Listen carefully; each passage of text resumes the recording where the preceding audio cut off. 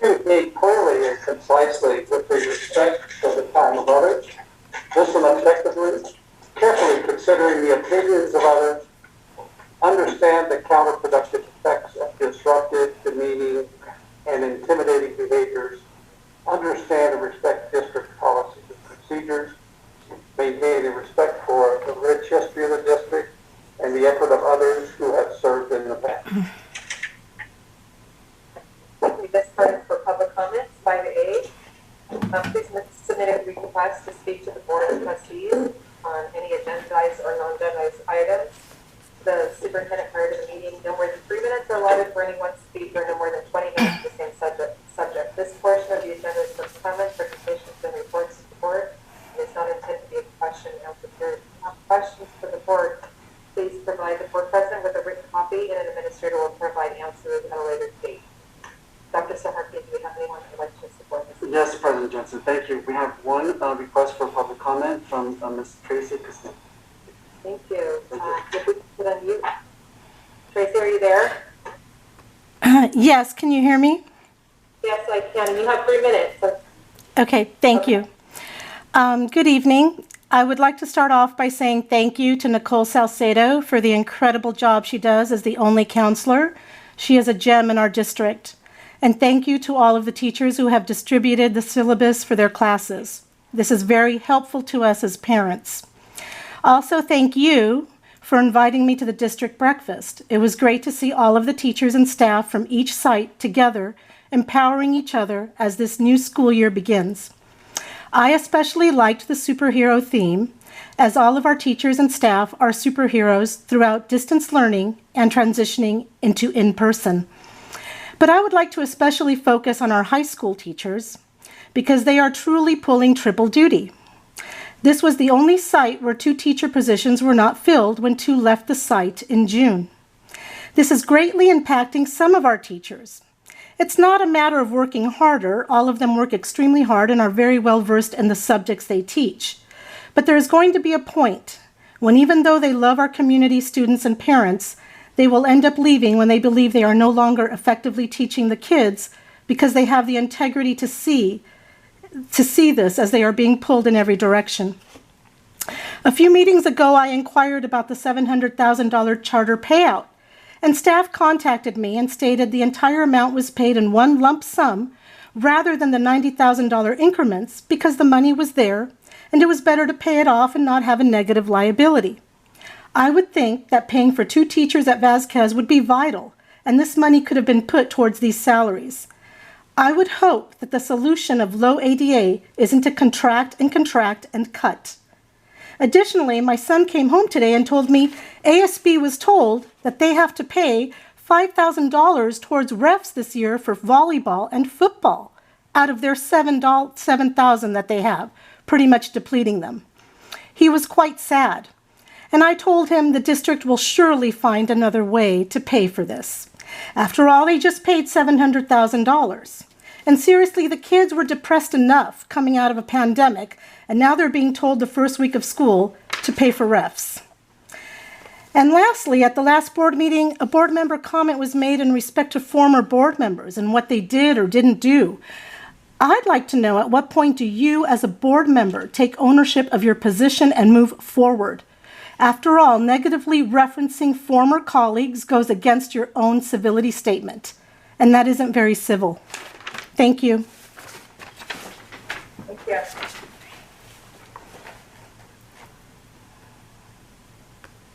Do we have any other ones? No, President.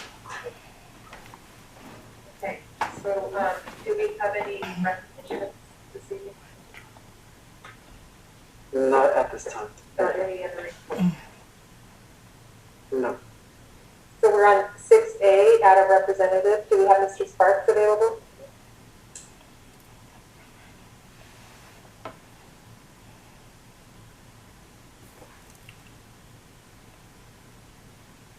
Good evening, Mr. Sparks. Can you hear us?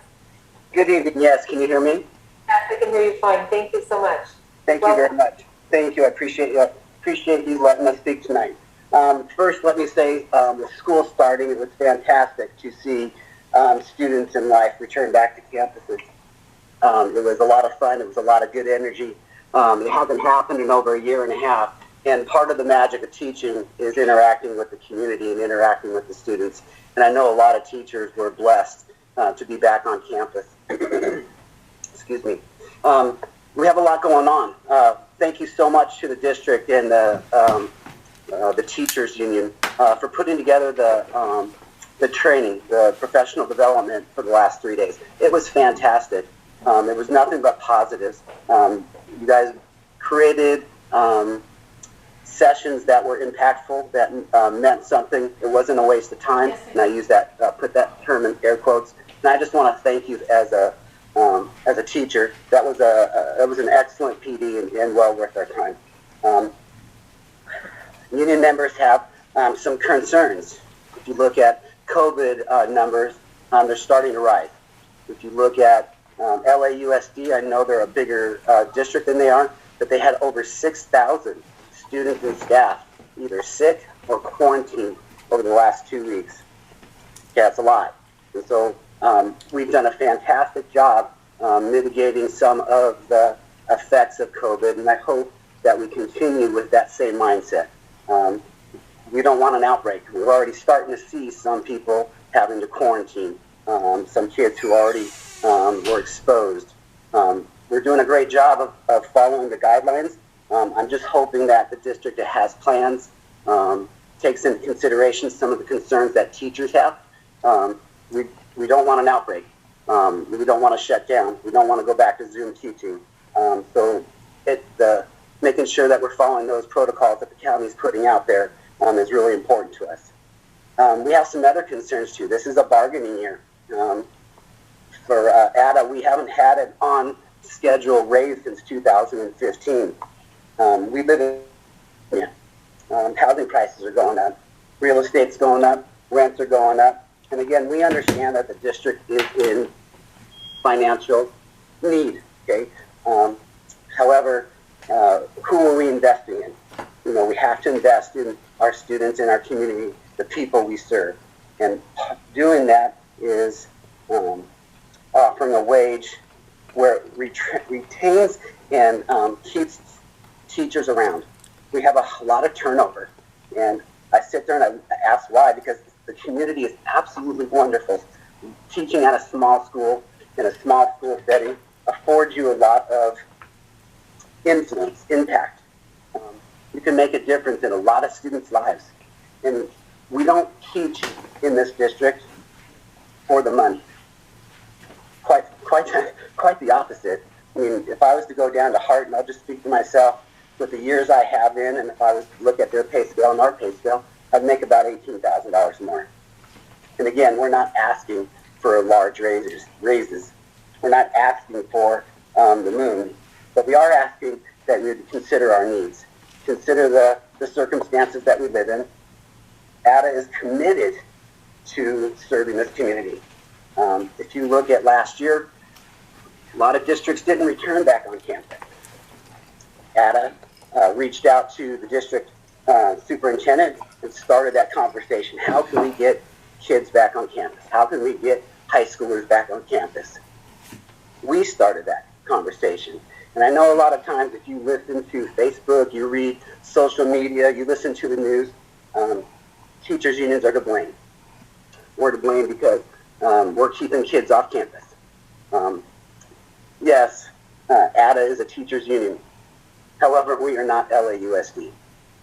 Okay, we live in the community. We buy into the community, and so my hope is that the community understands the role that we provide. Okay, are we perfect? No. Do we make mistakes? Yes. Are we getting better? Yes. Okay, that's one thing I love about our district. I love about our union is that we strive to get better. Okay, we don't have all the answers. We can learn more, and we will. And so my hope is that the community sees the value that ADA has in the community. Without teachers, we are the front line. We are the people that serve our customers. We are We are the ones that provide that service that you are offering. And so, again, as a teacher and I know I speak for a lot of us, we love working in this community. Okay? And we want to continue to work in this community. And to be able to do that, we have to partner. We have to partner. We have lots, but we can overcome these. We can fix these together. Okay? And I just wanted to say thank you. Again, this is a very unique district. A lot of amazing people work in this district, and I'm proud to be part of this team. So thank you very much. Thank you. Thank you, Mr. Sparks. Next, we have our CSEA representative. Do we have Mr. Ortiz? Is he available? Okay, so we have no one from CSEA, and we'll go to Superintendent, the gold standard report. Dr. Sahab. Thank you, Ms. Jensen. So we have a little bit of a fun presentation with some photos to share. Out of the 5 standards, I will be addressing 3 this evening with our board and our community. Standard number 1, student achievement. As you can see some photos there for our all-district professional development that was held on August 19th and 20th was quite successful, as Coach Sparks shared. Thank you. At the all-staff PD, all adhered to appropriate social distancing, we allowed for non-crowded situations with breakout rooms and sessions for individual school staff planning, and of course, masking indoors. Some areas covered during the professional development included ARIES training, COVID protocols, vertical alignment planning time, PBIS, positive behavior intervention supports, and CPR first aid, just to name a few. Positive feedback was received from certificated staff indicating their time at the PD was used wisely with topics that they appreciated. I'd like to publicly thank the PD Council team of Nicole Chun, Alexa Lapp, Hassan Mirza, Ms. Kim Shah, Chip Krolik, Michelle Van Ornum, and Nicole Salcedo for their work and input putting a purposeful agenda together for our teachers. So a few pictures there. Moving to 3.0, community engagement. We held our traditional welcome back breakfast on Monday, August 23rd. The crux of the morning presentation revolved around recognizing our district staff for their flexibility and resiliency during distance learning. Not an easy task. In addition, with the reintegration of our students back on our campuses for in-person instruction, there was a reintroduction of the MTSS framework, multi-tier systems of support, that was discussed collectively as a group. I'd like to publicly recognize the following individuals for their support for that event: our PTO, PTSO, and booster representatives, Angie Martin, Susie Ames, Karen Jewett, Don Schneider, Kayla Hetzel, and Veronica Haneke. Our community members, thank you for your participation: Vicki Taylor, Sandy Matson, Tracy Castan, and Valerie Williams. I would also like to thank School's First Credit Union for their support for that morning. In addition, thank you our district staff for your support for that event: Ernesto Mora, Eddie Romano, Cesar Ortiz, Alex Hinojosa, Ms. Yolanda McCauley, Hillary Mulligan, Joel Herrera, Amy Catalan, and Anthony Lamelli. Last but not least, Ms. Kim Shah and Mr. Hassan Mirza, our assistant superintendents, for their unwavering support to the district office and to our school sites. And so you see a few photos there as well. A lot of fun was had with a lot of good information. And the last item for the gold standard for my report this evening, 4.0, last but not least, and most importantly, student connectedness. Opening of schools on Tuesday, August 24th was very successful. Kim Shah, Hassan Mirza, and I went to each school site and to many, many classrooms. Students were very excited to be back on campus with their peers, as well as teachers and support staff were thrilled to see our wonderful students back in person. So you'll see there on the slides, there are some photos from, of course, Vasquez High School with some banners of "We Missed You." That was great. High Desert as well. There's a lot of excitement in the air and a lot of buzzing around with our younger students over at Meadowlark. Thank you, principals and teachers, for your preparation and hard work in making sure our schools open successfully. The classrooms, the school grounds, and overall appearance of our beautiful campuses was very pristine. Thank you to M&O and our wonderful custodial teams for ensuring that our students have an inviting environment to learn and to interact. Thank you. That is my report for this evening. Thank you. And then we have 6 COVID-19 reports. I wish I could have ended on that high note, but we'll move into COVID-19 updates. I'd like to provide an update to the daily COVID data that's pulled from LA County Department of Public Health. The number of new cases reported to LA County Department of Public Health for Wednesday, August 25th is 3,322 new cases. The testing positivity rate, which is a 7-day average for the week of August 18th, is at 3.08%. And the percentage of individuals tested with diagnostic COVID tests since the week of August 18th till yesterday, August 25th, happened to be 125,154 individuals. And again, this is LA County numbers. The numbers reported on average over these past several weeks remain constant. Also, on August 12th, school districts received a new testing screening mandate. California school employees must be vaccinated against COVID-19 or submit to a weekly test proving they are not infected with the coronavirus under a new order announced on August 12th by our Governor Newsom. This move represents a measured step in strict school safety guidelines in response to the rapid spread of the Delta variant.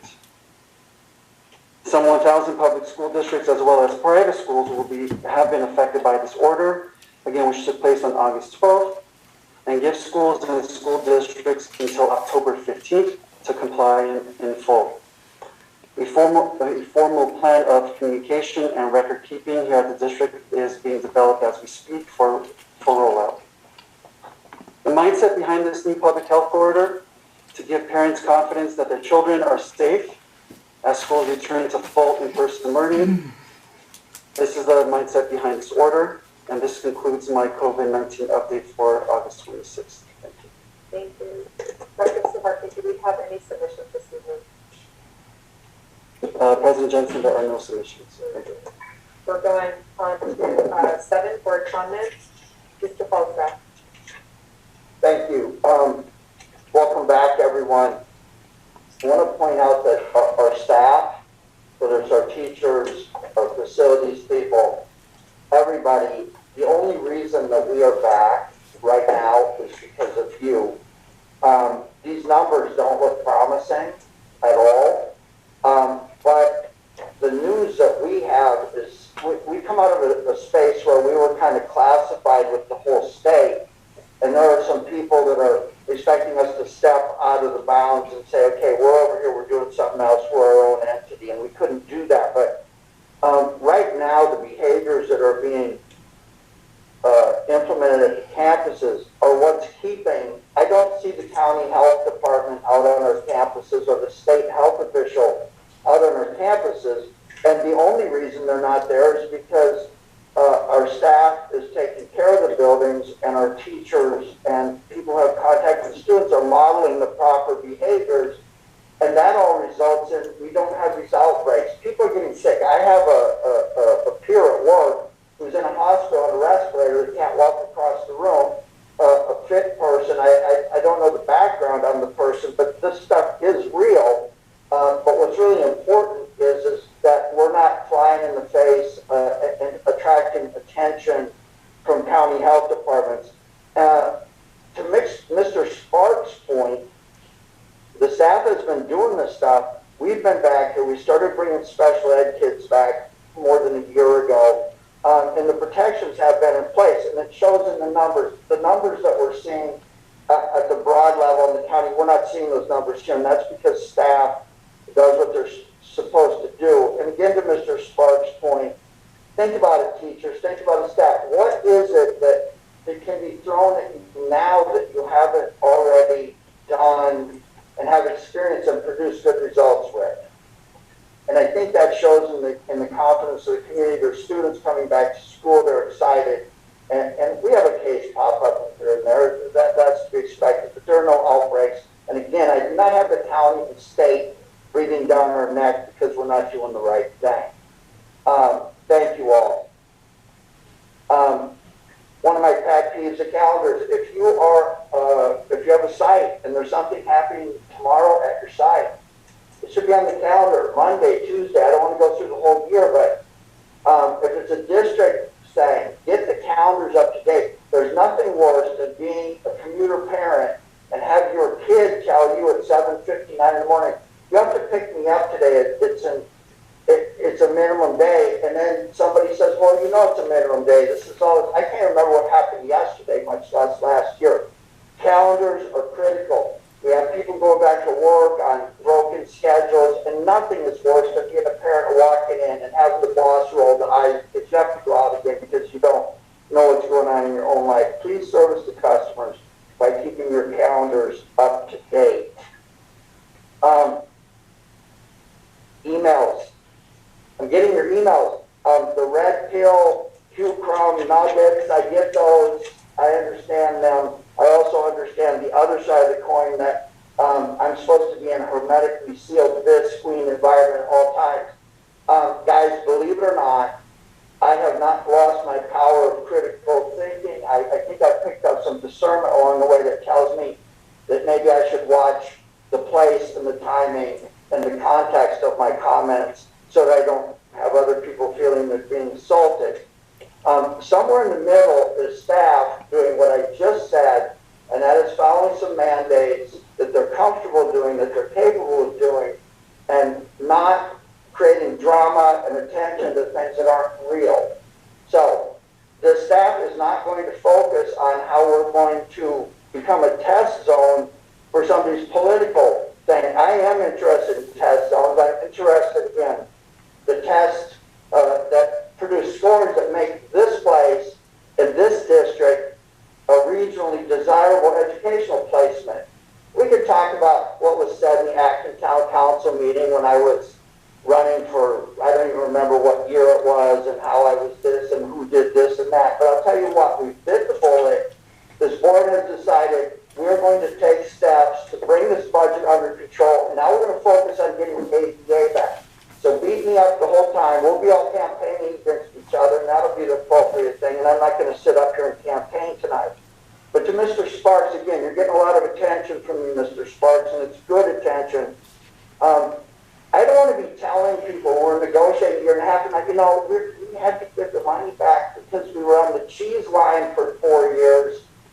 We have taken care of the debts this district owes. We have made the upgrades. I'm not going to besmirch somebody for pumping false economy into here and making us realize for a number of years that ADA was not important and we didn't need to retain our own students. But we're focused on that right now, and we have bit the bullet. I will remind everyone that some of the layoffs that were coming and pink slips, people were actually retained. The district is hiring people, the great people coming in here to join the great people we have right now. But keep those emails coming. They keep my eyes exercised, and I do read everyone, and I respect everyone. But again, I have to be in the middle and supporting staff and moving ahead. Everybody's doing a great job. Brianna. I will start with Tracy. I do absolutely agree with your comments about our staff. They are all incredible superheroes, and they do all deserve to be honored as such. And thank you for your comments and sharing your concerns about everything else. I do hear you. That's not something that I am prepared to comment on right now, but I just want you to know that I heard your concerns. So thank you for sharing that. I appreciate it. Coach Sparks, thank you for all you do.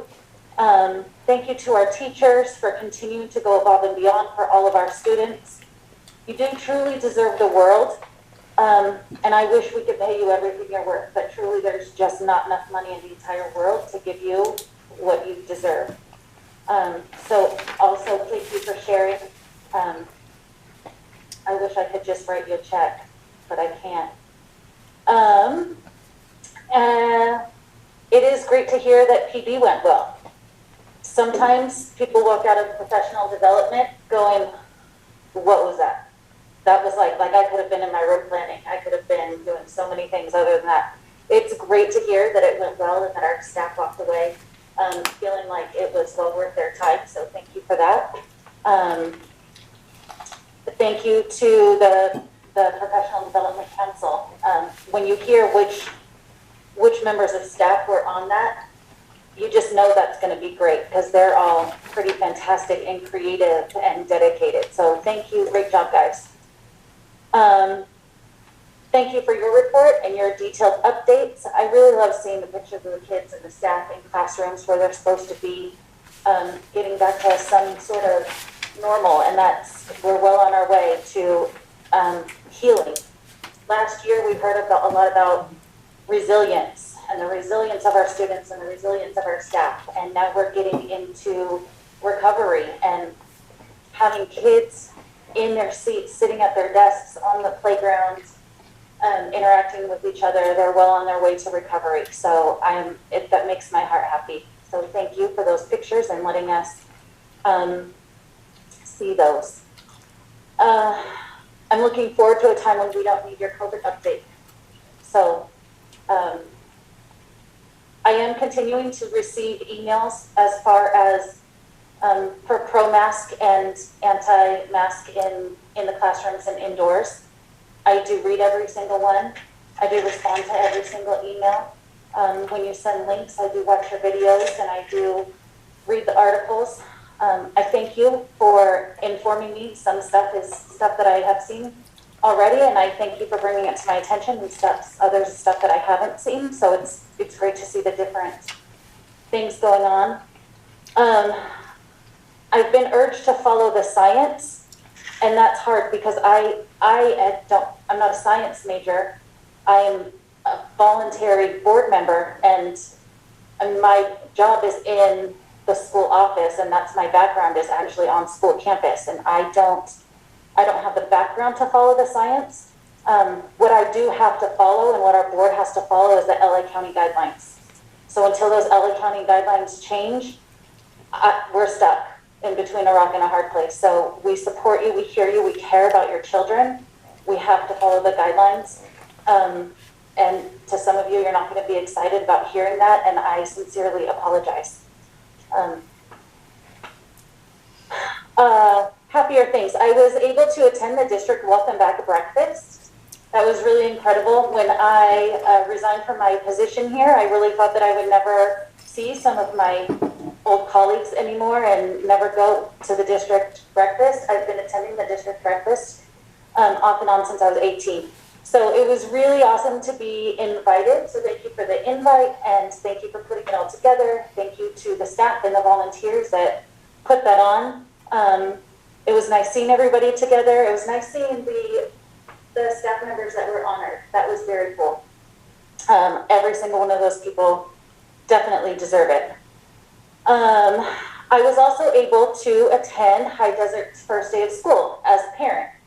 It was really awesome to see those kids, and they're asking for direction, and it was the first time I've been there that I'm not a staff member. So just as a parent, just to be able to take pictures with my own child and be there and see the staff working together to get those kiddos on campus in a timely manner and off to class, it was very cool. So thank you to High Desert and your great staff.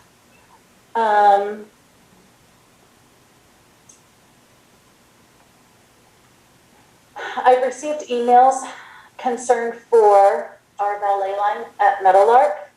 From my understanding, there's been some changes that might have increased the length in the line, and I'm not sure when those changes were made, if they're recent or if they were before COVID or before that. So I did receive your emails, and is it possible for us to look into maybe seeing if that's the best possible way to figure things out at Meadowlark, maybe asking some parents that actually are stuck in that line for some input, maybe site council or something of that sort, just to address that traffic on Soledad. I know that I've personally witnessed 2 accidents on Soledad waiting in the pickup line, and it is very scary. So if we could just address that and maybe make it, as safe as possible, that would be fantastic. On the same line as the valet line, to all of you parents that do use the valet line at all of our schools, please be patient and understanding. Be kind to our staff members that are out there. They're there for your child's safety. They are there to get you in and out as quickly and as safely as possible. Please don't yell at our staff. Please don't degrade our staff. Please just have a little bit of patience and a little bit of understanding and a whole lot of kindness to get our kids home safely. And everybody would appreciate it. And that's all I have.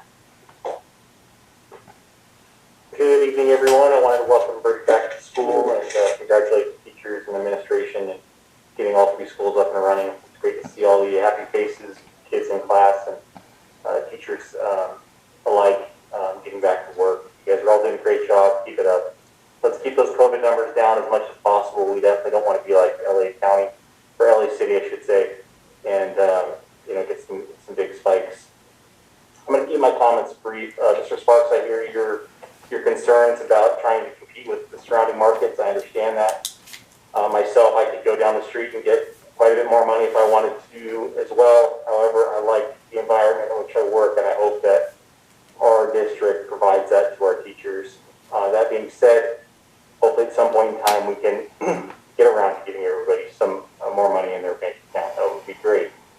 Unfortunately, over the last year, we had to deal with some tough blows, and it was best that we hit them head on and we get rid of that debt and move forward, put 1 foot forward each day, and trying to achieve more success in the future. So be patient. I know that everybody here on this board wants to support our teachers in the most possible best way, but we also have to watch out for our district as well. Tracy Costa, I hear what you're saying. It's never fun putting the cost of referees back on the kids or into their organization. Again, it's one of those things that, we have to fund certain areas, and sports is talked about a lot here. Academics is talked about a lot in this group. If we could, I'm sure all 5 of us would wiggle our nose and fund everything possible that every kid wants and every teacher wants and needs. But we have to run a business, and sometimes those businesses, it's tough decisions. So know that we hear you, know that we hear your concerns, know that we all want to make the most positive changes for everybody involved, and we're working on it. Again, it's one of those things that's not going to happen overnight. We didn't get to this point overnight. It's not going to get fixed overnight. So let's work together. Let's find solutions to our problems and try to avoid dinging one another in the process of doing it. All the pictures that were shared with the Welcome Back breakfast was great. Unfortunately, I wasn't able to attend. I apologize for that. But so far, Mr. Sasakian, I am very pleased with what you're doing in this district. And again, folks, let's just keep moving 1 step forward, and let's try to work together as a team and make this district be the best that it can be in our surrounding areas. And I will leave it at that for tonight. Thank you. Good evening, everybody. Dr. Zahakian, congratulations on the hard work that you and your staff got together to get our schools back open again. There was a lot of work coming in July, and I appreciate your hard work. Echo what Mr. Chad refers to as regards to all your hard work getting that done. That being said, I want to recognize all the staff and thank them for their hard work to get our students back into class, and working it down to our frontline individuals, our classified and our certificated out at our school sites. Getting ready to get your classrooms ready, all the challenges that you had to face from distance learning now back in the classroom. I know that forward to class when I was at the end of summer, where I could see the faces of my students and interact with them directly, and I know that that's a pleasure that basically only teachers really get because it's such a valuable experience. And I thank all my teacher colleagues in classified, everybody in the district, from the superintendent all the way down through the food chain. Thank you for your hard work getting our campuses ready. Thank you for welcoming your students back at all three of our sites, Meadowlark, High Desert, Vasquez. It was no easy task, to be sure, and you're to be complimented, and I know we've got a lot of work to go throughout this school year, this first semester, finding those students that haven't gotten the word that school's back in session, come to where the action is, get back on campus, and look forward to all those outreach that we've heard about that's going to take place. But I want to focus on the students. I want to thank the students for their resilience and resolve to get back to where their peers and their friends and their classroom and their teachers are, and to put up with the mandates that are being, that we're being asked to comply with from the Department of Public Health for your protection. The adults, we can work with that. We can vaccinate the adults. We can get those things done, but we're here to look out for the well-being of our students, and I know the teachers and the staff are working overtime, and I appreciate the parents and their patience in entrusting their sons and daughters to us to get them an education. We have the mitigation efforts that we're putting in.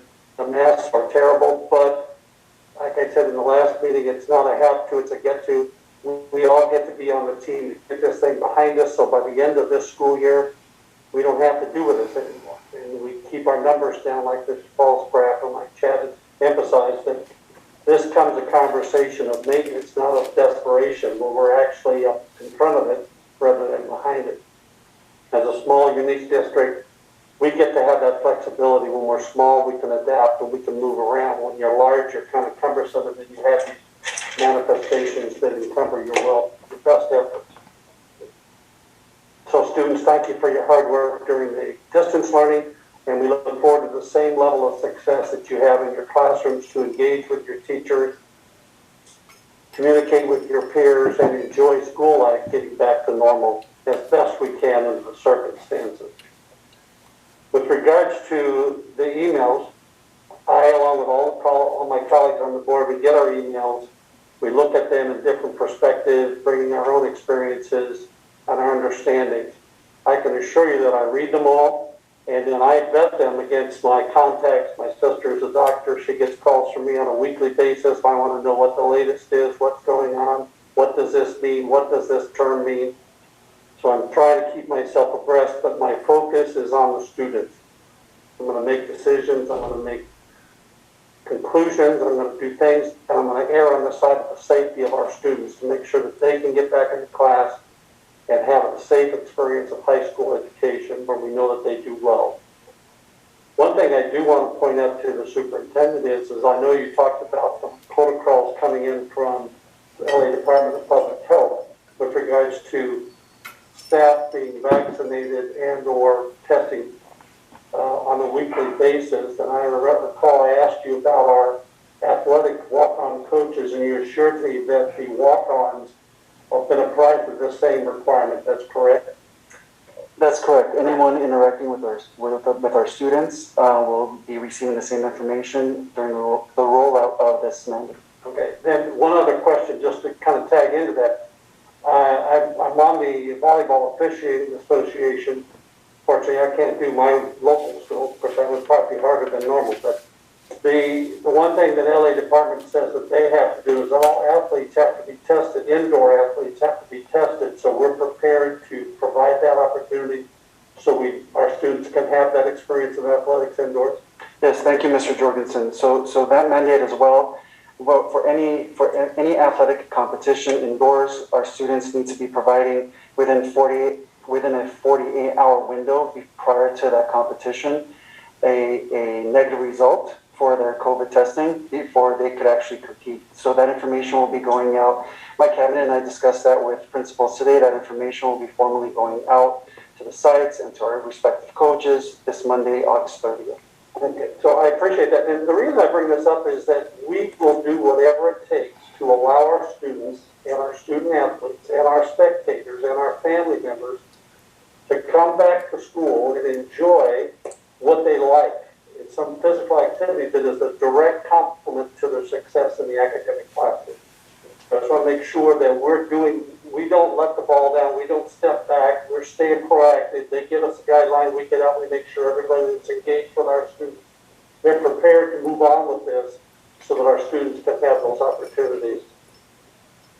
And then my last comment about ASB and the athletics and the fees, which Ms. Tracy brought up, was for years, associated student bodies have always compensated and paid for the fees of officials for soccer all the way down the line. Now, clearly, last year we covered that cost for them from the district because there was no school to use for fundraising, the gate fees, the organization. And so that's not an unusual circumstance. It's one that we have to blend, that the ASB is like student government. They have to respond to their constituents' requirements, and their constituent says, I want to have a volleyball game. I need officials there so we can have these contests, softball, baseball, all the way down the line.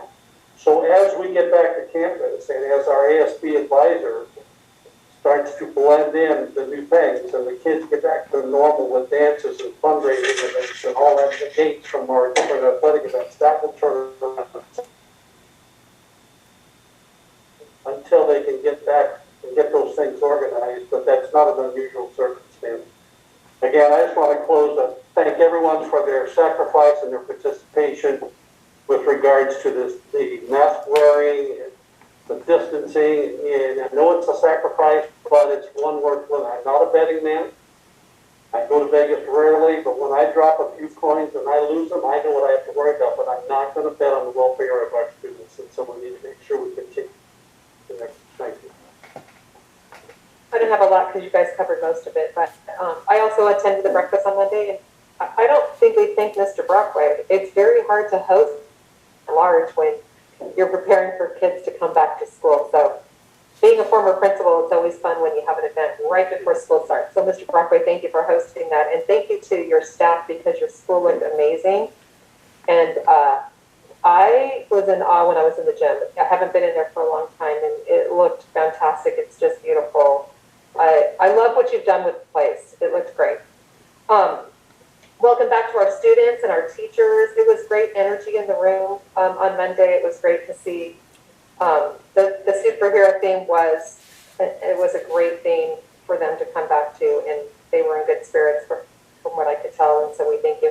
Mr. Sparks, I want to thank you for your comments about the professional development and recognizing, the Professional Development Council. There's a lot of work that goes into that, and it always warms your heart when you are putting all that work and all that planning into something, and then giving a simple thank you sometimes goes a long way to people when they work so hard. So I just really appreciate you really recognizing your team and other people that did all that work. And thank you to them for putting that together. I also heard that it was incredible. It's not very often that everyone pretty much loves the professional development, so kudos to everyone that put that together. And it was really great to see that we introduced some new teachers on Monday. So welcome new teachers to our district. It's a great place. I think you're going to love the families, especially here. That is something that, although the pay isn't always what everyone would like, we do have great families, so they often spoil our teachers as well, so thank you for that. And we recognized some teachers, which was great, but I could tell to some point our principals were a little uncomfortable because they had a hard time choosing, so it just goes to show that they appreciate their staff. So thank you everyone for your hard work. Welcome back students and families. It's just so great to be back on campuses and hear kids see kids, hear kids, hearing the bell ring, all of those things. It's so great. So thank you everyone. I know that we have some open positions and people are working so hard, and I want you to know that you're recognized, and we appreciate all you do for our students, whether you're classified or you're certificated. Everyone's very important to this organization, so thank you so much. So if there's anything else? Thanks. I really didn't want to do this, but I skipped a note that was really important. Of course, I invite the other board members, if I say something here that needs comment on, please do so. About the testing, athletic testing, the testing of staff and that type of thing, I'm not sure that everybody was aware of it. In the process of doing business, there's been some funding that's come through that's COVID related, and this board approved a contract for testing. So it's my understanding, correct me if I'm wrong, we're not sending our own kids at their expense or the expense of their insurance provider to a doctor to get COVID tested. I believe that to be the case. I'm not going to tell anyone how to run their sites, but again, remember, the only reason that our schools are open right now is because our staff is exhibiting the behaviors that's keeping an outbreak at bay. I hope everyone agrees to that, because without that, we could be exposed to things. So here's the one thing I wanted to say. I don't want to micromanage this district, but the bottom line is, please, when you're thinking about events, when you're thinking about third parties that want to use our facilities for anything, third parties coming in, events that are out of the norm right now, please don't allow that type of thing to take the hard work that our staff is doing on a daily basis backwards. Please consider anything that you might have coming into our gyms or sites. It's great to support the community, but I don't need a backwards because we opened the floodgates before it was due to be open. Sorry, guys. Anyone else? I just wanted to clarify, when we were talking about sports testing, you stipulated that indoor sports would have to test, and I just wanted to clarify it's not just indoor sports, correct? It's all athletic competition. Okay. Correct. Thank you so much. We're going to move on to the consent agenda. We did pull 8B, the minutes, so we're going to vote on, if I get someone to move in, 8A, C, and D. Can I get someone to move that in? Chad second, call for the vote. Hang on, I'd like to pull D. I'll vote on everything except D. And I think we can do that with an explanation. Wait, what are we doing with Baylor, Texas?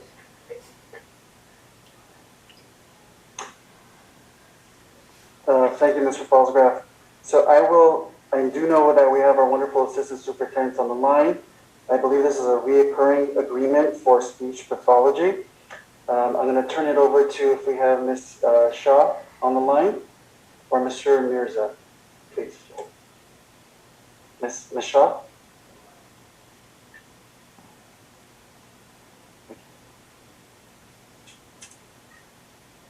Can you hear us, Mrs. Shaw? Yes, can you hear me? We can hear you great, thank you. Mr. Shaw, it's 10. I'm just kind of looking for an overview of what this is and what it looks like in terms of on a campus, which campuses, and how it improves our program. This is an intern speech pathologist to work with Katie Odell, who's the speech pathologist at Meadowlark. So does this give us the possibility to increase services district-wide as appropriate? I'm sorry, I didn't hear the first part. Does this give us the opportunity to increase district-wide services as necessary? We know there's an ebb and flow of students coming in. Some of them are at home, some of them are here. Some are moving up. People are matriculating from one grade to another. Will this give Ms. Odell the ability to service more students, or is this strictly for Meadowlark? It certainly could increase, and also this is a person who lives locally, so potentially it could be someone that would be interested in staying with us once she gets her credential. Is this someone that's familiar with our children already? Not that I'm aware of, no. Okay, thank you. I'm good. I'm fine, thank you. So could we call for the vote for 8A, C, and D? Falsgraf, aye. Brianna Tetsoni, aye. That wasn't aye. Kelly Johnson, aye. That's a 5-0 vote. Motion carries. 9A, personnel action report. Barb. President Jensen. Can we get someone to move it in first? Someone move it in? Chad? Get a second? I just wanted to mention, President Jensen, 9A, the PAR report was modified. We have an addition of a new hire, and I believe the hire date is August 27th for tomorrow. So that was the amendment to the original report that was posted. Any questions or comments?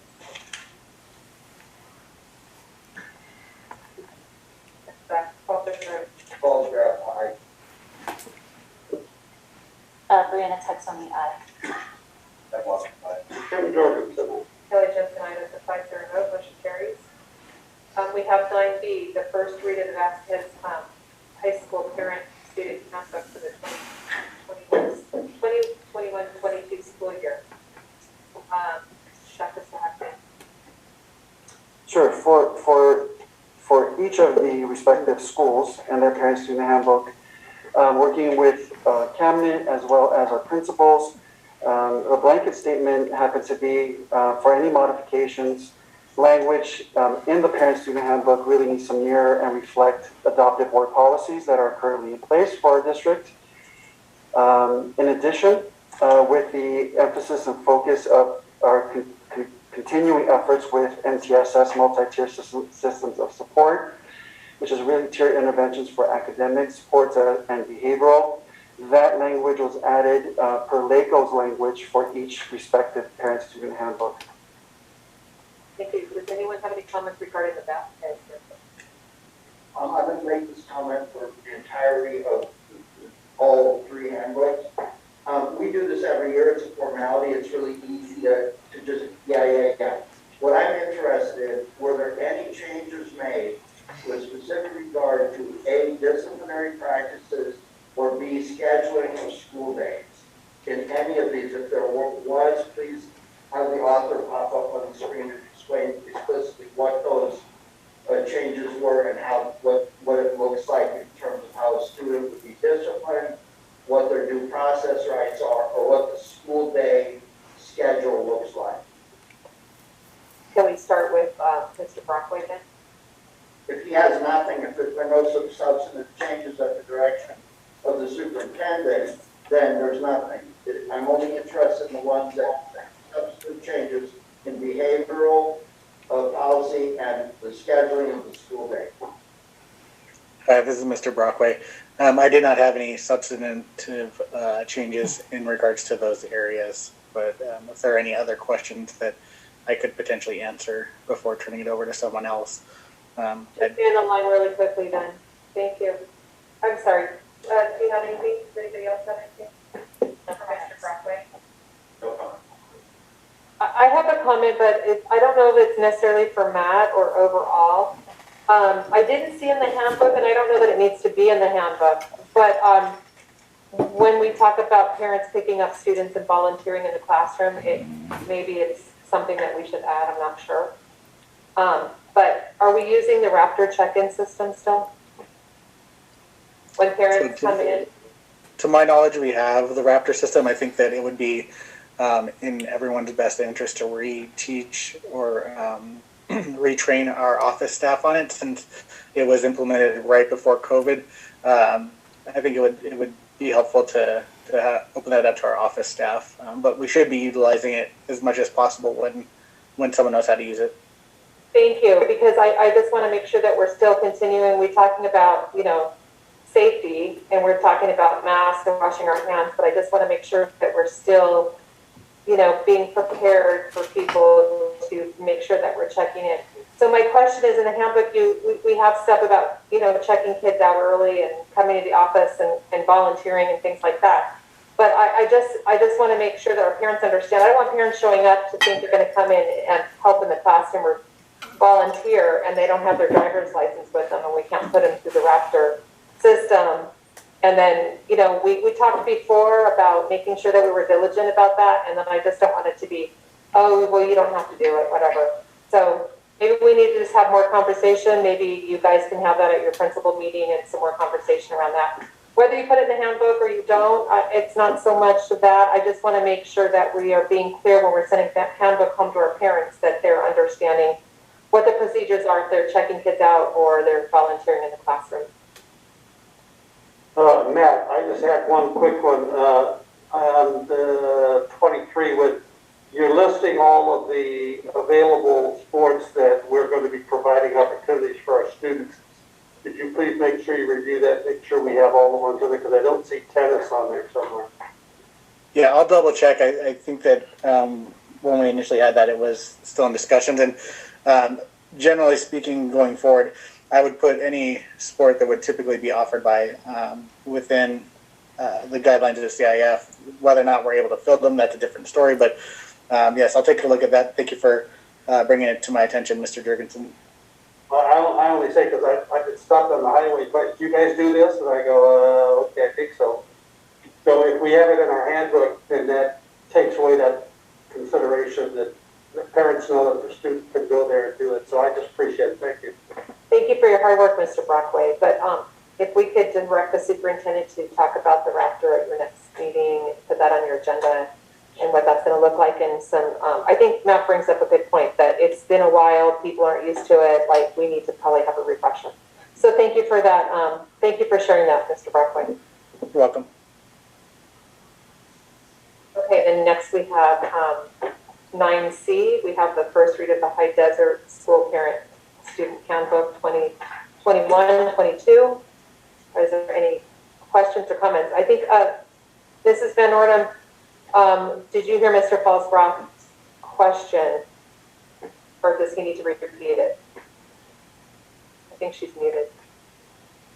I think I'm asking the superintendent to give staff direction as to whether he wants anybody to come up and answer the specific question: have there been substantive changes to the discipline process that affects the student's right to due process, or scheduling changes that affect the school day? So thank you, board. Thank you, Mr. Falsgraf. In particular to High Desert, given the emphasis on PBIS as well as the MTSS overarching umbrella of initiatives for academics and behavioral interventions, the revised handbook for High Desert includes, for discipline, the other means of correction appendix. I believe it was Appendix H of the student handbook under the revision, for other means of correction as an emphasis for non-egregious situations on campus versus going through a progressive discipline hierarchy. That was a change that was made. In addition, there was the first iteration had a request for the instructional start time to move up to 8 a.m. and a request for block scheduling for instructional purposes. And guidance was provided to Principal Van Ornum to assess and survey the High Desert community, making sure that questions are answered in an appropriate time. With the survey, questions are answered by district office staff, such as transportation, if transportation will be impacted for students with a time change and the like. And so that was taken into consideration, and the revised handbook that was reviewed this evening had the changes reverting back to the original start time as well as the traditional instructional schedule. Comment to that, in best practice where I come from, policy decisions are not initiated at the site by the select group of individuals, and public process where I come from involves 51% or more of the stakeholders are involved in a decision-making process, or it doesn't come forward. Thank you. Anyone else have any questions or comments? I have a couple for the High Desert Handbook. On page 14, under the independent study contract, it says that the parent must apply 2 weeks in advance. I believe that used to be 5 days. Correct me if I'm wrong, but I believe it used to be 5 days in advance. And here's why I'm questioning. In my world, I do work at a junior high, and I am closely involved with the independent study aspect. And right now we are doing immediate independent studies when kids are going out on quarantine. So we are using STIS for kids that are quarantining for more than 10 days or more than 5 days. And we are extending that longer. We'll do multiple contracts in a row because the contract by ed code can be 10 days. So then you do another contract if they're going to be out for the 20 days in some kids' cases. So to ask parents to apply in 2 weeks, I'm just going to ask for some leniency. And then I'm not sure why it got changed from 5 days to 2 full weeks for parents asking in advance. That's a lot of time. But to have that ability for those quarantine kids or kids that are actually COVID positive to be able to do it right away and give them some leniency, that would be great.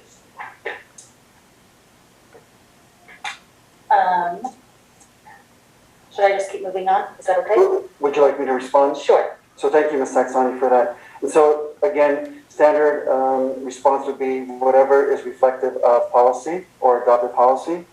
However, yes, for the new iteration of independent study, I know that's on the board agenda coming up under education services. The new iteration for independent study for 21-22 academic year requests for 5 days in advance. Okay. So this what I'm talking about is short-term independent Correct. study, not the independent study that we've been talking about.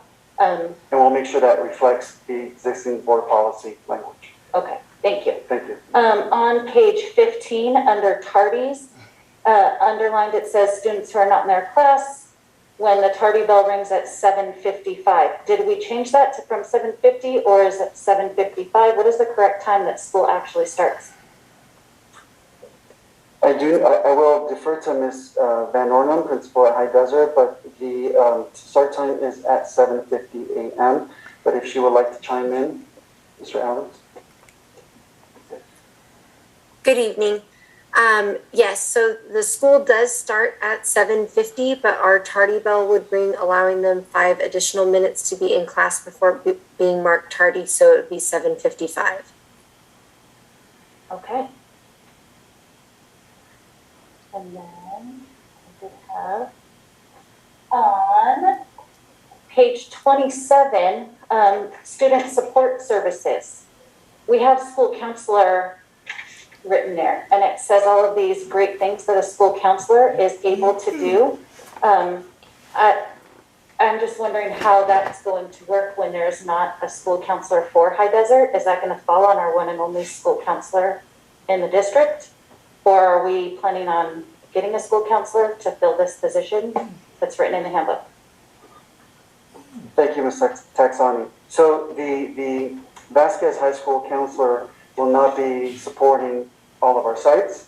So that revision could be made for this iteration of the parent-student handbook. But of course, taking a look at additional funding and supports for counseling services, that's something that, of course, is always high on my radar and I'm very passionate about. But for the purpose of the handbook, that service specifically to High Desert won't be supported by a counselor assigned to High Desert. Okay, so when students need these specific support services, who can they go to on campus to receive these services? Ms. Van Ornum, would you like to answer Ms. Taxani's question? Yes, so currently we have, I would be serving in that role primarily. I do have worked with Nicole Salcedo, and we're working on some protocols for some other options for our students, depending on the severity of need. And if we need to get outside counseling services set up, I know that's something we have utilized in the past. So those are also options that we are working on. Because you are correct, we no longer have a counselor on our site. We did leave it in the handbook in case we are able to ever rehire that position and not eliminate the duties that they would do. But we are acknowledging that we do not currently have that position. Thank you. And my last thing is that sorry. I'm sorry to interrupt, Ms. Taxani. No, that's okay. So you know, we have the privilege of hiring one fabulous school psychologist who just newly onboarded to our wonderful district. We are in the process of hiring a second school psychologist, and not only would their role be to, of course, you know, assess new psychoeducational assessments for our students. But at the same time, carving out time for more of the higher needs cases to provide counseling, and that could be either of our campuses, be it Meadowlark, High Desert, or Vasquez. So that is a plan that's in process. Great, thank you. And you already touched on the bell schedule changing in the different blocks. In here is the schedule that I thought we were not going to go with, and we're just going to go traditional. Is this what our students are currently doing, or are they doing our traditional 6 classes per day? Thank you, Ms. Saxon. It is a schedule pre-COVID, pre-distance learning, so it is the traditional schedule of classes, periods 1 through 6, daily, for, I want to say, roughly 50 some odd minutes. And Ms. Van Ornum, if you want to clarify, if I made if I made a comment in error, please clarify. Thank you. No, that's correct. And so a modified schedule has been given to all families with their registration packets that were handed out during registration last week. And so they all have updated copies, and this handbook, before it gets posted on the website, will have the updated copy as well. It just had not been updated at the time that it was submitted here, but there is an updated version that Mrs. McCauley received earlier this week. Thank you so much. That's all I have. I have one clarification. Now, when Ms. Saxoni was talking about if we have a student who's quarantined, they're enrolled on campus, and they're quarantined, they're home for 10 days. We're not taking them into independent study. It's just like they're leaving the classroom. We're going to support them with the regular classroom routine in anticipation. At the end of that 10 days, they're going to come back to the classroom, correct? We're not putting them in independent study. That is correct. Okay. So I think what Ms. Saxon is talking about, I recall from my history that we wanted to have as much notice from parents that they were scheduling a vacation or they were going. We have a lot of our Hispanic students that want to go back to their native country for some celebration. We need to know in advance that I need to enroll my kid in independent study because he's not going to be in the state or he's not going to be in the county or whatever. Isn't that what the intent is behind that? Yes, Mr. Jorgensen. So, the earlier the better, because there's quite a bit of preparation that is required. Here's your homework. Exactly, for the instructional packets. And it's labor intensive for our wonderful teachers. So the earlier that something has already been scheduled, that could be shared and informed to our front office staff and the principal and the teachers, the better. But again, I'll be double checking our board policy so that the language in the handbook reflects the board policy for independent studies. We're looking out for the welfare of students. Absolutely. If they have the misfortune of having to be quarantined, they're still going to get their regular classroom support regardless. They're going to be at home. It's just going to be extra duty on our staff and our teachers to coordinate that work with them and then report it. And they go, the paperwork will go back and forth. But the students are not going to miss out because they're in quarantine. Correct. They will not be enrolled in the long-term 21-22 independent study. Thank you. Any other questions? Thank you, Ms. Van Ornum. Thank you, and this is your first week, so congratulations. Thank you for putting that together. We have the first reads of the Meadowlark School Parent-Student Handbook for the 2021-22 school year. Are there any questions? I would have the same question.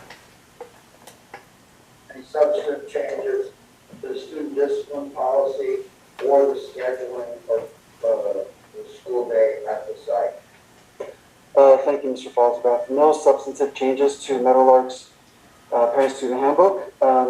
Like I had mentioned earlier, for the sake of consistency, the MTSS initiative, that language was embedded for all 3 Parent-Student Handbooks for our sites. Thank you. Any other questions or comments? So I think Brianna, Ms. Saxoni brought up. So I understand. I drove by Meadowlark, not to get involved, but I was doing north, so I was on the other side of the road. It's a terrible place to get in and out with our students and our parents talking to students. So we're working with county traffic management or somebody to help us alleviate during those critical arrival, departure times at school so we don't impact our neighbors. And so you're going to be coordinating something with them on. Yes, Mr. Jorgensen, so thank you. I mean, safety is paramount. So working with our sheriffs assigned to our district, in a sense, Deputy Martinez, he was there on campus for, the first several days of opening the schools, communicating with Ms. Saavedra in terms of, tweaking the pickup and drop off to make sure that, one, it's efficient, and two, everybody's being safe with the protocols in place. And so in my discussions with Deputy Martinez and other folks within the community, we're constantly, monitoring that flow. So I'll be providing some future updates to the board. Any other questions or comments? I just want to clarify, short-term independent study is what I was commenting on. That is very different from regular independent study. Short-term independent study is something that we have had well before COVID. Short-term independent study, there are ed code and guidelines that have to be followed, and that is very different from regular independent study. I just wanted to clarify that for people that don't understand that there is a difference between short-term and long-term. Thank you. Thank you, Brandon. Okay, we have 9E, public hearing, Sunshine Acted on the Dulce Teachers Association, ADA, and the Acted on the Dulce Unified School District collective bargaining agreement for the 2021 school year. This is a hearing, so we're going to make a motion to open this at 8:42 p.m. I'll move all the draft. Good.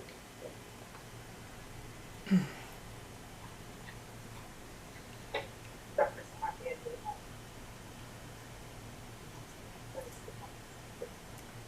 I don't believe we have any speakers on item B. So are we going to close this at 8:42 p.m.? Yeah. Okay, let's take, then we got 9F. Sunshine Acted on Dulce Teachers Association added initial proposal for contract 2021-22 with the Acted on Dulce Unified School District. Let's make a motion. All the draft. And then, any comments? Let's call for the vote. All the draft. Aye. Brianna Texoni, aye. Kelly Jensen, aye. That's a 5-0 vote. Thank you. 9G, Sunshine Acted on Dulce Unified School District, initial proposal for contract 2021-2022 with Acted on Dulce Teachers Association, ADA. I give it someone to put this in, please. All the draft. Move. Second. Any comments? Call for the vote. All the draft. Aye. Brianna Texoni, aye. Kelly Jensen, aye. That's a 5-0 vote. Motion carries. 10A, Educational Services Board Policy Independent Study, second read, Board Policy 6158, adoption. Can I get someone to move this in, please? Chad. Any comments? Call for the vote. Quick comment. I think there were plenty of comments made tonight about understanding about what the difference between the parent study is, and especially trying to speed up ability for someone to keep learning. That is trying to get in. Some people just drop off the map, but being responsive to customers. I hope everybody considered that and those comments that were made by fellow board members this evening. That's all I have. Thank you. Call for the vote. All the draft. Aye. Brianna Texoni, aye. Kelly Jensen, aye. That's a 5-0 vote. Motion carries. 10B, Educational Services Administrative Regulation, Independent Study, second read, AR 6158, adoption. Can I get someone to this in? I'll move. Brianna. Chad, second. Any comments? Call for the vote. All the draft. Aye. Brianna Texoni, aye. Kelly Jensen, aye. That's a 5-0 vote. Motion carries. 11A, a gaggle safety management presentation. Dr. Sahakian. Thank you, President Jensen. So as we know, as to supplement our instruction for our students, Chromebooks are issued to our students here at our district. And as part of a proactive measure of assessing social emotional needs of our students, there will be a short presentation from Gaggle. It is a safety management platform in sync with our students' Chromebook usage. And with that, I'm going to look at Alex to have our representatives from Gaggle chime in for this short presentation, Brock and Ava from Gaggle. Please. Hello, you guys. My name's Brock. Ava had to step out. I'm sorry about that, but yeah, I had a slide deck. Did you get that in time, Dr. Snikin? I will double check right now. As of 6:30, I had not, but okay. Thank you. Good. I will just speak to the slides that I have here in front of me. Well, Gaggle's been around for quite a while. We've been helping districts keep kids safe by combining technology and real people. So what we do is we monitor the digital space. We look for unwanted behavior. Sadly enough, self-harm and suicide is the #1 thing that we flag. We also look for violence against others, distribution of pornography, cyberbullying, all these unwanted behaviors. And when the technology finds that, then it goes to a team of safety representatives that review it for context and weed out false positives and then notify the district in various ways depending on the severity of what they find. One of the things that you may or may not be familiar with is that suicide is the second leading cause of death for children ages 10 to 19. Every day, about 3,000 students high school students attempt suicide, and 4 out of 5 teens give clear warning signs in advance. Oftentimes, that happens to be in the digital tools that you guys have provided. So that's really what we're looking for. And just to kind of reiterate, we use we analyze the content within the digital tools. We're looking at inbound and outbound emails. We're looking at all the activity in Drive. We look at the entire digital space. And when we identify these things that are concerning, it goes to the experts, our safety team, and they review it for context. When they find something that's concerning, then they either, if it's a low-level concern, then they'll just send an email to the principal or to the pre-established emergency contacts at the school. If it's something that looks like it's an imminent threat, there's some kids going to get, after-school fight in between periods, or more importantly, some kind of suicide note or really a suicidal ideations with a plan. Then we'll pick up the phone and we'll call the emergency contacts at the school. Brock, this is Eric once again. Yep. I hate doing that. I did receive your presentation at 6:42, and the last I checked was at 6:30. So it is up and it's shared. So I'm not sure that we have the cover slide on for you, ready to go. Thank you. Okay, let me move that out of the way. Okay, fantastic. So will you guys just advance the slides for me then?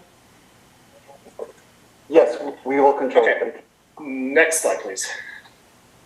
So this is where we talked about the combining technology with real people, and we can go to the next slide. This is where I was speaking to the need for this. It's really important, and in a couple more slides, I'll kind of show some of the changes that we've seen since the pandemic. If we could advance to the next slide. Here we are with the content analysis. The machine learning technology analyzes the digital space. The experts review for context, and then we provide proactive information so the district can provide rapid response. Maybe an example here would be helpful. If a student was sending an email to another student and she said, if I'm not home by 10 o'clock on Friday night, my dad's going to kill me. That would flag that the technology would flag that, and it would go to the expert review, and they'd be like, no one's dad's really going to kill them if they're not home at 10. This is nothing we need to bring to the attention of the principal. But if it was something like, and these are real examples, my dad just beat the heck out of me, and I think my finger's broken. If we saw something like that, then we would definitely be calling the principal so they could intervene and see if they could get the student some help. A little bit about our safety team. Our safety team's over 450 people strong right now. They work 24/7 around the clock, so there's never a point in time. A lot of what, not a lot, but some of what we find comes in after school hours. Some of it very late at night, middle of the night. We're watching this 24/7 every day. And then again, they categorize it by severity and type. And then we notify school enforcement or school officials. And then if needed, if we can't get in touch with school officials and there's an imminent threat, then we will call local PD to do a well check for the student. This is just a little bit of what happened last year. We track lives saved, and that's a kind of a subjective number, but it's a number that we take very seriously. So this 1408 is the number of students' lives that we believe we saved last year. Most of them are districts reporting back to us, what you did last night helped save a life. But there's some other categories that go, and I don't need to go into all that, but the references of suicide and self-harm has increased drastically last year. 142,000 times we notified districts of students with suicidal ideology, and 8,700 times that required the phone call. That was immediate. We wanted to get your attention right away, so we made that phone call. References to violence increased a lot too. 92,000 times we were talking about, an after-school fight or something like that. And then the distribution of pornography. All these categories just jumped drastically last year. So the pornography, we don't send images to first of all, we block any images from being delivered. So if a student's trying to send a nude picture to another student, we'll block it from being delivered. We'll quarantine that picture so the principal doesn't have to see it, and then we'll notify and let them know what the context was about or the image was about, and then they can have their go through their protocol. This is just a little bit of what we saw increase last year. The incidence of suicide and self-harm went from 148 per 10,000 students to 246. The increases in violence towards others was up 104%. Nudity and sexual content up 151%. So we're really seeing drastic changes from the pandemic. I think a lot of this was because the kids kind of got forced into this digital environment, and that was the only way they could communicate with each other. So there's just a lot more activity. I don't think that the mindset's changed too, but it just highlights how important this is these days. Next slide is kind of focusing on elementary students, where we didn't used to see that much activity in elementary. The use of the digital space went up drastically, and the numbers went up even more. So you can see the increases here: 252% in suicide and self-harm. Violence towards others went up even more. Nudity and sexual content up even higher. Drugs and alcohol up. All these categories are concerning and scary, and we're going to try to help get you guys some proactive information so you can make a difference. And I'm just going to end with this. This is a quote from Superintendent Michael Kurt. He's out in Wichita Falls. I don't think you have a choice to get gaggle. Once you save one child's life, the investment's paid for it, has more than paid for itself. So if anybody has any questions, I'm more than happy to answer those or try to answer them. We're really making a big difference for our partner districts. So I hope you guys will give us some consideration. I think personally that you're capturing a lot of things that used to be said face to face, in person. So I don't know that there are stressors going on. I think this in conjunction with the model that we're taking up, where we're bringing in psychologists to serve in the role of assessment and counseling, and we've moved past just having those people do SPED cases and deal with that group. I think that this tool, in conjunction with hiring psychologists, colleges to act in the role of behavioral support and emotional support is going to be successful. Thank you. I may have missed it, but for clarification, you are monitoring the kids' school email? Is that what we're monitoring? Yes, so, sorry, Brock, not stealing your thunder, because I've utilized Gaggle before. So each of our students has an email account, so if they're emailing their peers, and there are some trigger words, Gaggle will filter. Gaggle will also filter if there's a writing assignment, and the student is going really in depth in terms of their psyche, their emotional well-being at that moment, and there are some trigger words there. Administrator as well as a district administrator will be alerted so that we could be proactive and make sure that it's not if it's a false positive, it's a false positive. If it is not, then there are plans that are put into place. So any assignment that is done through the Google email, or whatever the school email is, and or any email transactions that may occur within that particular email address is being monitored. That's correct. That's correct, yes. And we also look at the Drive environment as well. So Google Docs, Google Slides. We find a lot of students that are suffering from mental health issues will put together their own slideshows. It's not even part of their curriculum. They're just in the digital space and they have access to Google Slides. And Google Slides is just like a PowerPoint, in case you're not familiar. So they'll put together their own PowerPoints, their own Google Slides to talk about how they're sad, and they put dark pictures in there, and you know, I want to take my life, or whatever, or I want to beat this kid up. They'll put together slideshows, not to share with the teacher, not to share. I mean, sometimes they'll share it with their friends, but sometimes it's just for their own.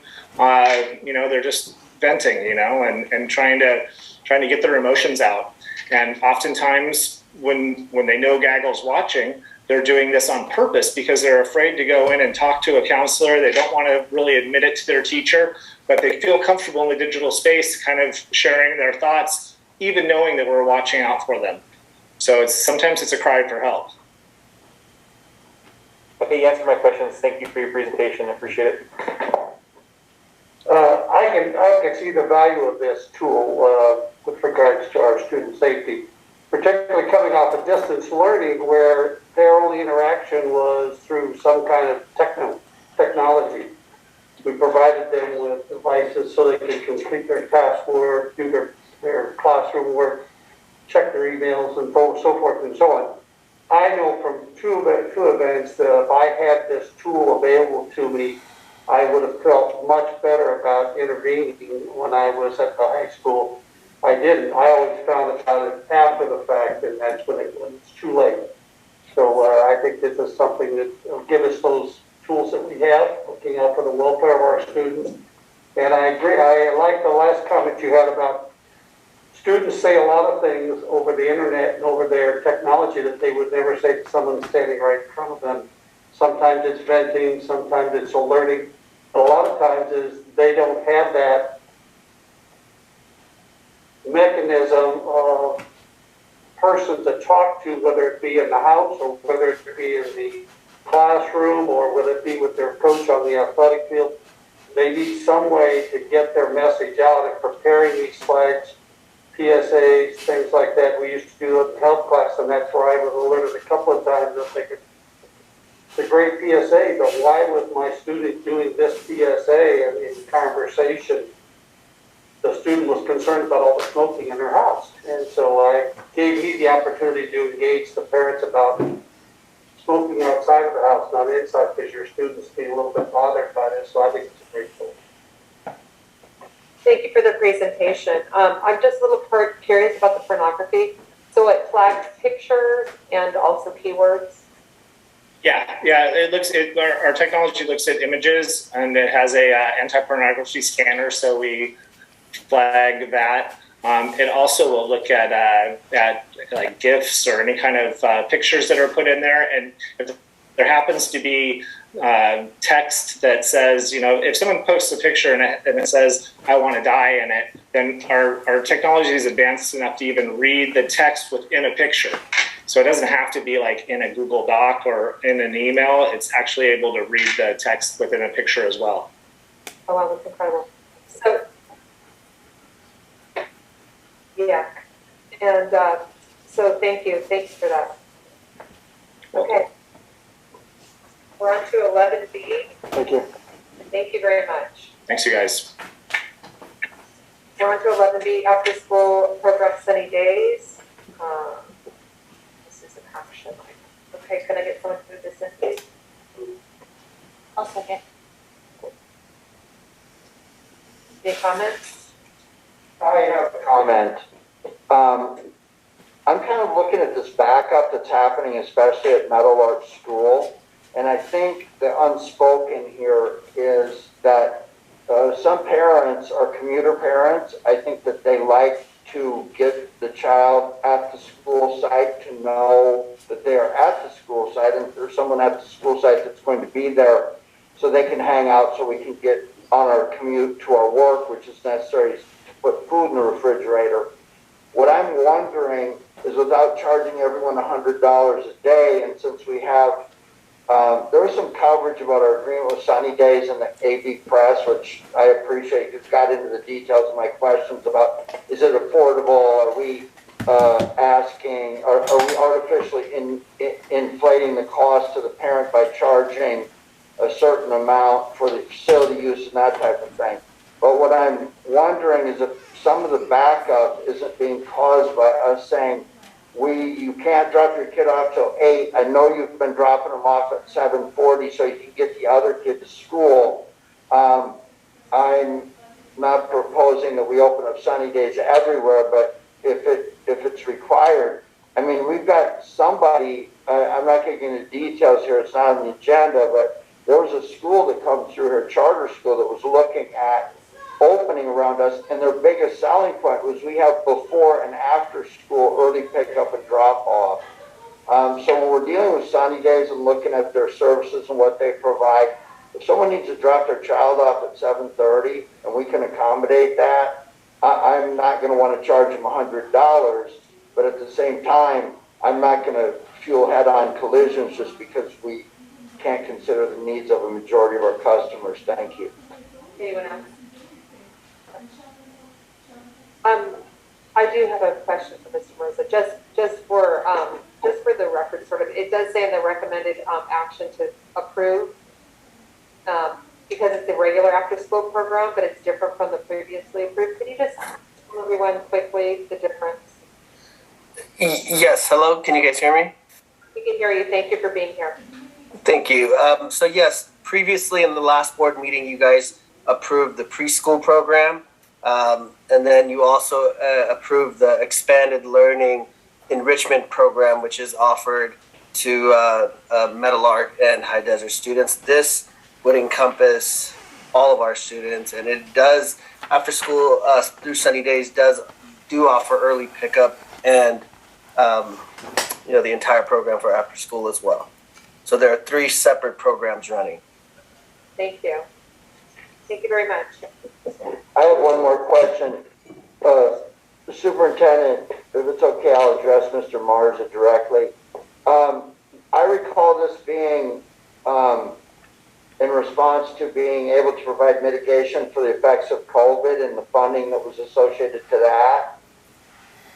Yeah, we have the expanded learning opportunity. We got funding through COVID, which was specifically for the ELO, which is expanded learning opportunities to close the learning gap from COVID. And so that program is offered free to the parents. And they rank it based on the students with the highest need, based on teacher recommendations. I don't know that I want to get really creative and liberal with your contract language, but it would strike me that if a parent is struggling economically to the point where they have become a new candidate for a free or reduced lunch program, and getting the kid to school on time is creating a problem in both function in the family, economics, and learning, I would think that some of this funding could address some of the situations we're talking about that are causing the traffic buildup. Maybe it's just me. No, you're absolutely correct. We're in talks with Sunny Days to provide, a subsidy, a plan that, if the district could pick up some of those costs. And I think that we'd be prudent to always, as we do, have a good relationship and be bringing things to the table for meet and confer when we need to with our teachers. You need to make sure they're in support of this and understand what it is and what it is not. Thanks. Thank you. Any other comments? Call for the vote. Paul's draft, aye. Brianna Texoni, aye. Oh, that's fine. 5-0, motion carries. 11C, certification of signature. They get someone to present. Any comments? Call for the vote. Paul's draft, aye. Really quick, do I need to sign this? Is that what we're doing? Okay. Aye. Sorry, that's right, that's a 5-0 vote, motion carries. 11B, the resolution 2021-22.02 for Pinko voting member. Can we get someone to present, please? I'll move it in Paul's draft. I'll second. Any comments? Okay, just go ahead. So, just to clarify, the principal secretary, or I guess, or representative of the district is going to be Nancy Fox, correct? For item 11D, correct. And then in her absence, it goes down to and over to, so it's like, we got back up, so we don't have to lose anything. That, and that Nancy Fox is going to be the one that's going to be handling most of the work. Correct. And this resolution is a request from PINCO to have a formal resolution. So it's saying for who to contact, they can contact that person. Call for the vote. Paul's draft, aye. Brianna Texoni, aye. Kelly Justin, I 5-0, motion carries. Okay, we're on 12 for the future agenda items. We still have brown asphalt, if we could actually get that scheduled, we've been here for a while. So I know it's been crazy with everything starting back to school, but I think it's time to figure out those steps for that. We could possibly just work on calendar as well, please. President Johnson, I have something for consideration. Yes, sir. I talked about this a little bit earlier about protecting our campuses and making sure everything is okay. I would like to have just a brief presentation regarding the contracts that we signed with groups or contractors that provide on-site services or hold events. I'd like to know what the district's additionally insured and harmless clauses are for people that sign facility use agreements or supply services. I'm always interested in that because in my world, it's 2 million, and that means that if you're going to work on our sites, your insurance company issues an additionally in naming the district as additionally insured, and also there's a hold harmless clause, and I need to make sure those are, if I have some type of outbreak at something, yeah, I don't even want to think about this. As long as I think about that, if I have somebody that will support that, I would appreciate that. Thank you, Chad. Is anybody else? Thank you. Anything else?